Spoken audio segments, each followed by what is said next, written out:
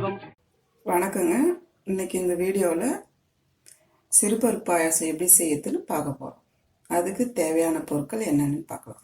சிறுபருப்பு அரை கப், ஜவ்வரிசி அரை கப், வெல்லம் அரை கப், சர்க்கரை அரை கப், பால் 1 கப், நெய் 2 ஸ்பூன், முந்திரி தேவையானது, திராட்சை தேவையான அளவு, ஏலக்காய் ஒரு 3. இங்கே பாருங்கள், இப்போ சிறுபருப்பு கழுவி வச்சுருக்கோம். அது 1 கப் போடுறோம். பாருங்கள், ஜவ்வரிசி கழுவி வச்சுருக்கேன். இது அரை கப். பால் 1 கப். பால் ரொம்ப திக்காக இருக்கும். நீங்கள் கொஞ்சம் தண்ணி ஊற்றி ஆட் பண்ணிக்கணும். ஏலக்காய் இதிலே போட்டுருங்க.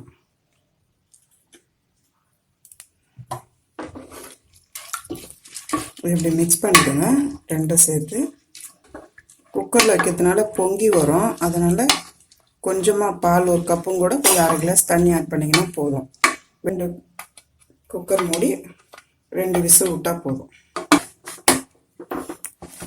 இருங்க, சிறுபருப்பு பாயாசம் ரெடி ஆயிடுச்சான்னு பார்க்கலாம். வெந்துட்டு கொஞ்சம் கெட்டியாக இருக்குது. இப்போ கொஞ்சம் தண்ணி ஆட் பண்ணிக்கோங்க, 1 கிளாஸ். ஏன்னா அப்பயே ஆட் பண்ணால் பொங்கி வந்துடும். பால்லாம் போட்டிருக்கோம், அதனால பொங்கிடும். குக்கருக்கு மேலே பொங்கிடும். இப்போ திட்டமாக பாயாசன்ற அளவுக்கு தண்ணி கரெக்டாக இருக்குங்களா? அப்பயே நிறைய தண்ணி ஊற்றக்கூடாது. இப்போ ஸ்டவ் ஆன் பண்ணிடலாம்.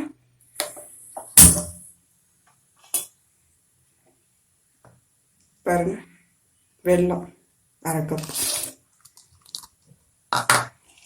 வெல்லம் நிறைய கரையணும் நல்லா.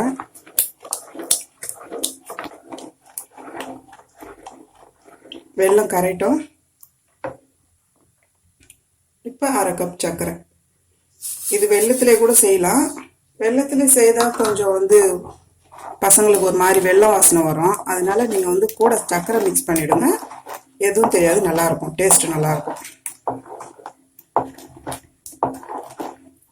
சிறுபருப்பு பாயாசம் வெல்லத்திலே செய்வாங்க.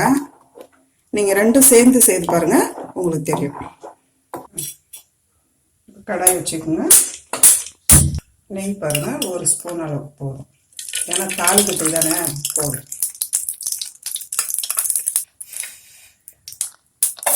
திராட்சை போட்டுக்கணும்.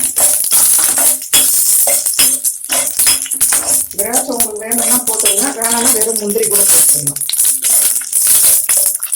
ஏன்னா சில குழம்பு திராட்சை பொறி வச்சுருவாங்க.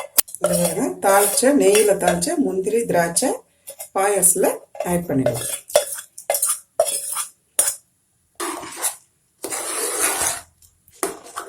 வெள்ளம்லாம் கரைஞ்சிச்சு.